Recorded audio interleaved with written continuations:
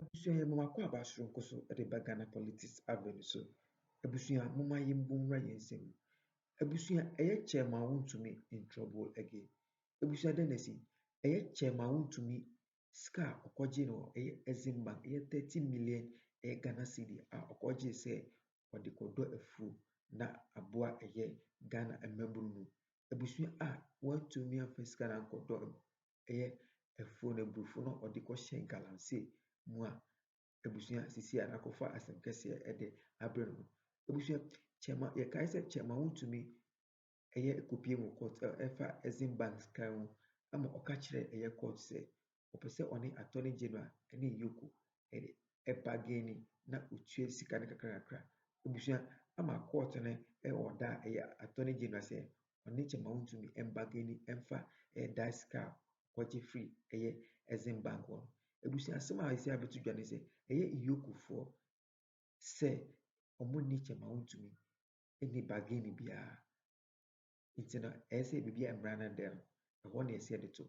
It's a idea of more accepting any plea Bagain bia say on the better because and bra on my investigation upon more than a year say one kind of crazy see kind of one but one can after now won't say some na critical no because say plea Bagain it's a idea of mobiti.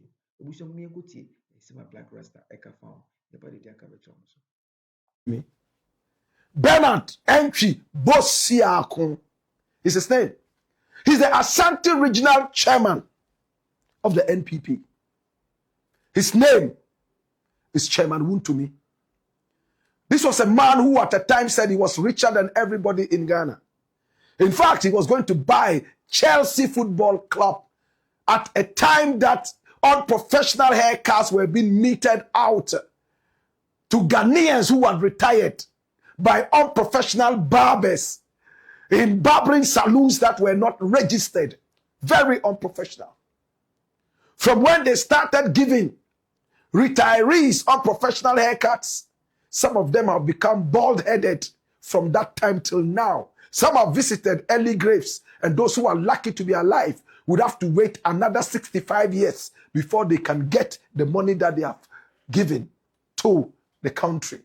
Oh, what a terrible, dangerous irony. A man has retired. He's about 70 years old. He has given his money to the state to buy bonds, government bonds. Government comes out to say, you know what? Government is broke. Your country is broke. So we will use your money to fix the country. You will get your money. We know you are 75 in the next 60 years, but that is okay. By what time you would only be about 135 years. That is okay.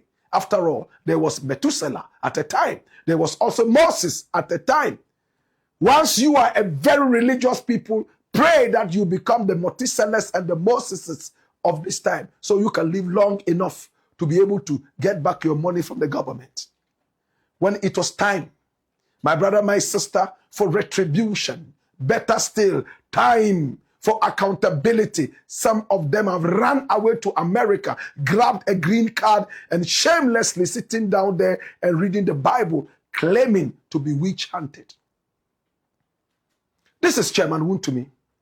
He was one of the very arrogant guys during the reign of the NPP. He showed gold on TV. This was the guy who was said to be engaged in serious galamsey, illegal mining, bringing in Chinese people to destroy our flora and fauna. Allegedly, my brother, my sister. In those days, he was untouchable. Power is truly transient. Today is like a chicken. He's running around like a headless jack. He's at the mercy of the law. It's time for the chickens to come home to brood. My brother, my sister, this is Chairman Wontumi, a.k.a. Bernard Bossiakon. He's been going to court. The last time we saw him in court, after coming out of the courtroom, he touched the dirty soil and licked it. As to what that means, only his juju men or spiritualists would be able to explain that. This is Chairman Wontumi. Now, Chairman Wontumi ran to the courthouse after he failed to grab a deal with the Attorney General and the Minister for Justice, one Dominic Akuritinga Ayine, my brother, my sister, he went to the court and wanted a plea deal.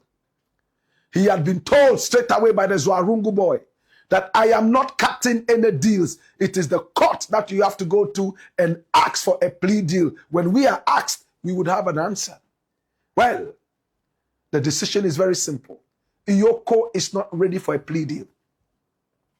Period.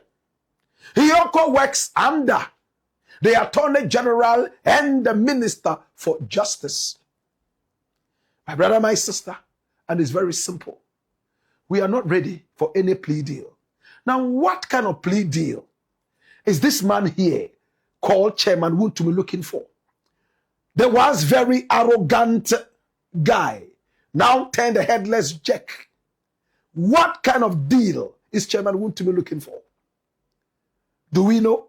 Come here. Run the doors here. Watch this. Hey! NPP Ashanti Regional Chairman Bernard Enchibo Siakon.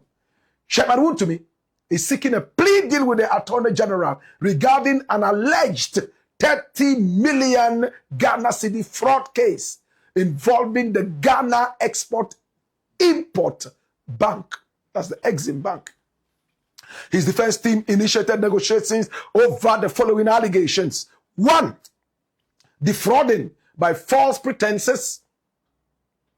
Fraudulently obtaining 14.3 billion Ghana cedis in 2018 intended for large-scale agricultural projects. And the Wontumi Farms Limited, which prosecutors allege yielded no actual farming activities or machinery purchases. When investigators went there, they only found a tractor, very old. In fact, even the manufacturers were so angry when they were told that that tractor was still sitting in Ghana. It had not been in operation for more than 10 years. The last time anybody drove any such model of that tractor was probably 30 years ago. But in Ghana, when forensics were done on the tractor, the last time anybody ever drove it was beyond 10 years. Yet Wontumi had it on his farm. And he said that it broke down whilst they were working. Now it was said that he took 14 million and over Ghana cedis to start that farm. What was the farm all about? He was supposed to move people from the Galamsey field so that they will get alternative employment or jobs. Can I say that again? Now, the king of Galamsey, as was purported by Professor Kwabena Frimpong Boateng in his expose, I prefer to call it an expose. My brother, my sister, at the same time, went to the Exim Bank when his party was in power to claim money, to take illegal miners away from our water bodies so they will be employed on the farms. He took the money. My brother, my sister, and he went to establish a mysterious farm and brought a tractor that was last driven over 10 years back, that manufacturers were even angry that there was even a figment of that tractor in Ghana. It had long gone out of extinction. Investigators realized that he was taking Ghana for a joke. And when he was asked if he had been able to harvest anything, no harvest, nothing was ever planted, my brother, my sister, he took Ghana for a ride under the sleepy president, that dwarf. Now, forgery, presenting a forged receipt to Exim Bank officials to secure an additional 4 million Ghana cedi facility. He still had the effrontery to go back to Exim Bank with a fake receipt according to investigators. Because his party was in power, nobody could challenge him. And he got back 4 million Ghana cedis. Money laundering, now benefiting from funds allegedly acquired through these fraudulent means. He got the money and he used it for whatever.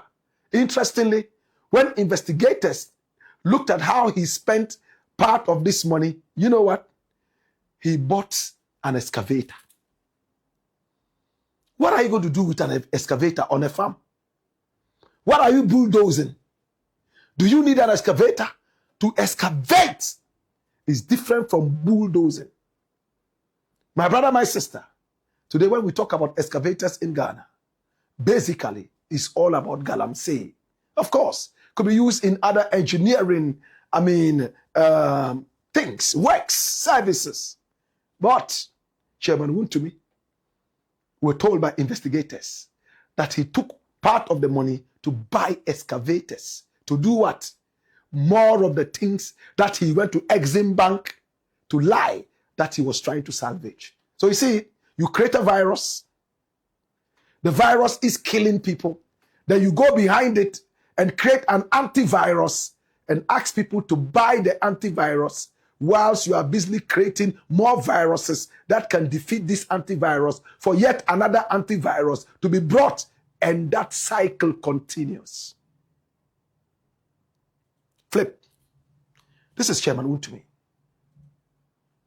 Now, he caused financial loss to the state, according to investigators. Now, accumulating a total liability and interest that now exceeds 30 million Ghana cedis. The Accra High Court approved the commencement of plea negotiations between the Attorney General and his legal team to explore a potential settlement. But dash it away. Now, my brother, and come here, watch this. Hey! Chairman Wontumi quickly went to court. The court said, okay, go and talk to the Attorney General. Information reaching me is that Capo di Tutti Capi, one Raymond Archer, and his EOCO outfit, they are not interested in any plea deal.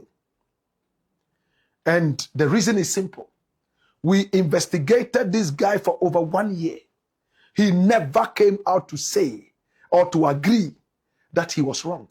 Now that we've been able to trace, to find out where the money is, and we are frozen the account, and we can just go and take back the money, he is coming back to say he wants a plea deal. It's an insult to our investigation. It's like a man who is hiding from you, and you tell him, I know where you are hiding. Better come out from your hiding place if you want peace. He refuses to come out. You trace him all the way to his hideout. Nab him. Now he says, oh, he wants a plea deal. No, you will be beaten to pulp. This is what is happening to Chairman Wontumi. What is the Attorney General going to say? Will they end up giving him a deal? But EOCO, in his own judgment, thinks that he's been taken for a ride by Wontumi for far too long.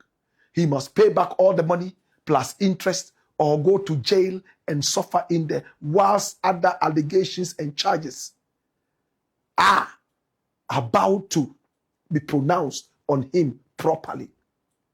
What do you think? Should he get a plea deal? Should he not? Should he face the full rigors of the law? Your guess is as good as mine. It's the Black Power. Watch this. Captain retired Edmond Kojo Koda is a retired officer of the Ghana Armed Forces and a prominent political security figure, best known as the former head of presidential security with President Nana Addo Dankwa Akufo-Addo. He's a Ghanaian.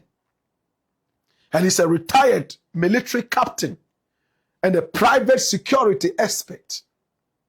He was the head of Nana Addo Dankwa Akufo-Addo's personal security detail as the pre-presidency and during his administration. This is Captain Koda. Hey, but we all remember him for the 1979 uprising.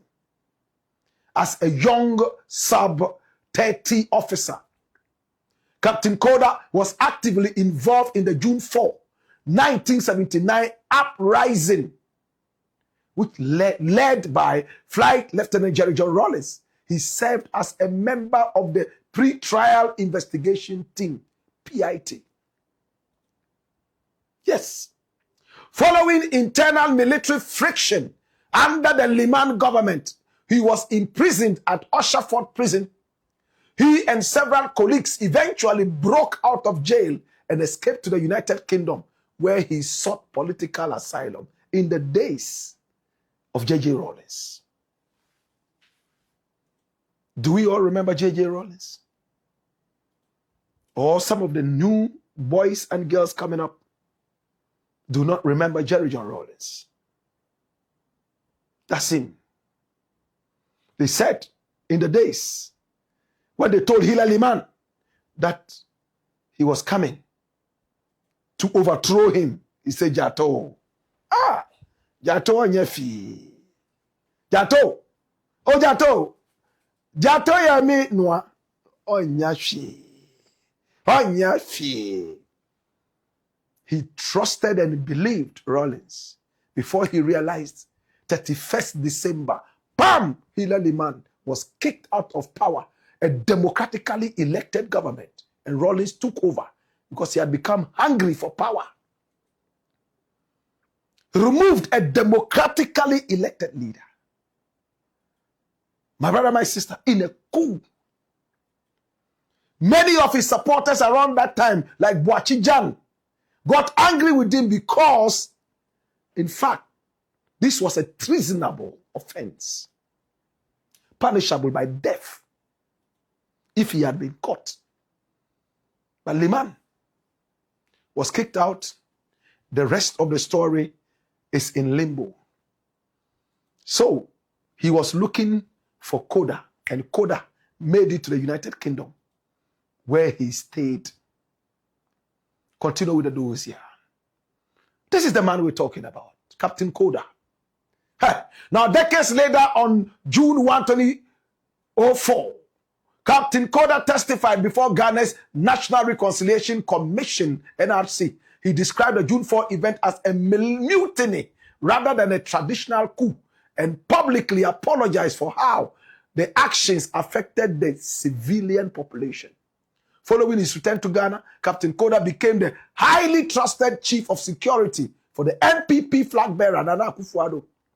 In March 2016, Koda was arrested and detained by the Bureau of National Investigation, now called, in fact, then called Bureau of National Investigation. It used to be called BNI, then it became NIB, and now back to BNI. That's Ghana for you. From Flagstaff House to Jubilee House, back to Flagstaff House, back to Jubilee House, as if that is what is going to clean the gutters. As if that is what is going to employ the youth on the street. He was accused of facilitating the entry of 3 retired South African police officers. To where, my brother, my sister, provide unauthorized military-style training to the NPP's internal security detail. The event caused a major political standoff before he was released on health grounds. After the NPP won the December 2016 elections, Captain Koda was officially appointed to head the president's personal security apparatus, protecting Akufo-Addo throughout his executive tenure of 8 solid years. This was the security capo of Nana Addo. Hey, Captain retired Edmond Kojo Koda. So, boom, I called back and he was angry. Why was he angry? Captain Koda was so angry. He had been running around looking for our phone number to reach us, and the speed with which he stormed and fumed. My brother, my sister, he meant business. He was mad and angry. I'd never met him, never spoken with him. But we know, my brother, my sister, who he is now. So why did he storm our offices? Via phone. Yesterday we had a story that said there was galamsey in Chebi. Do you remember? And that galamsey in Chebi thing was what touched him, because he was with the president. He went with the president several times to Chebi. And remember, we had this thumbnail. And remember the video that popped up. NIMOS members, soldiers, right there at Chebi Zongo. Look at them. Soldiers being intimidated by alleged illegal miners. Now, one soldier draws a line and says, nobody come near. They were still coming, and he fired shots. Boom, boom. Look at the man, broken leg, running away. And look at the rest of the illegal miners, alleged illegal miners, running away. That's how the average Ghanaian behaves. Until there's a whip, we all behave like sheep. Don't come here. No, we will. Till one man is slapped, then the rest of us will run away. This is how sheep behave. Well, I'm glad to say that the man who was shot was taken to hospital, surgery done, and is recuperating. His name is Ibrahim from Chebi Zongo. So we ran the story, and we said that, well, it looks like Professor Kwabena Frimpong Boateng has been exonerated when he talked about galamsey in Chebi. And we heaped a lot of praises on him, how he's a man full of integrity. But Captain Retired Koda wouldn't have any of that. He called him a liar.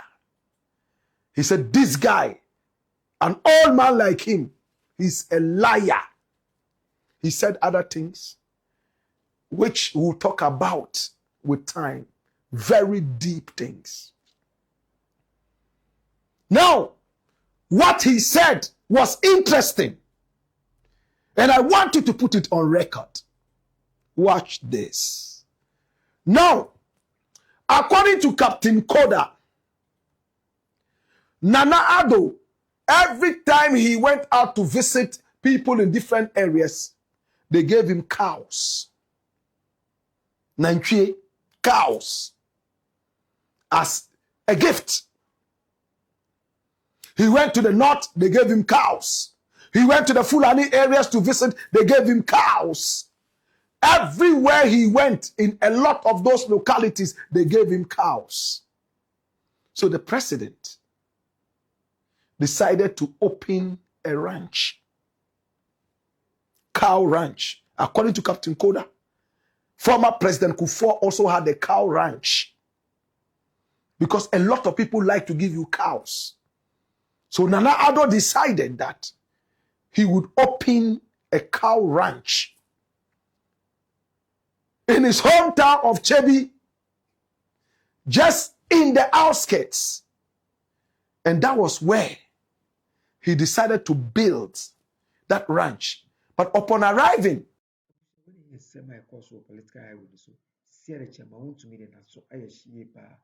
on the 20th, the final judgment, Exim Bank Dienso, Adiabubu, Tisia or Da on that. Tisia, Attorney General EOCO, say, Yandia Money, Bagain Bia, Ebusia, so subscribe and not subscribe, no share, no hate on Skishing Beneso, since Simba Political, I will turn a beer to Madame.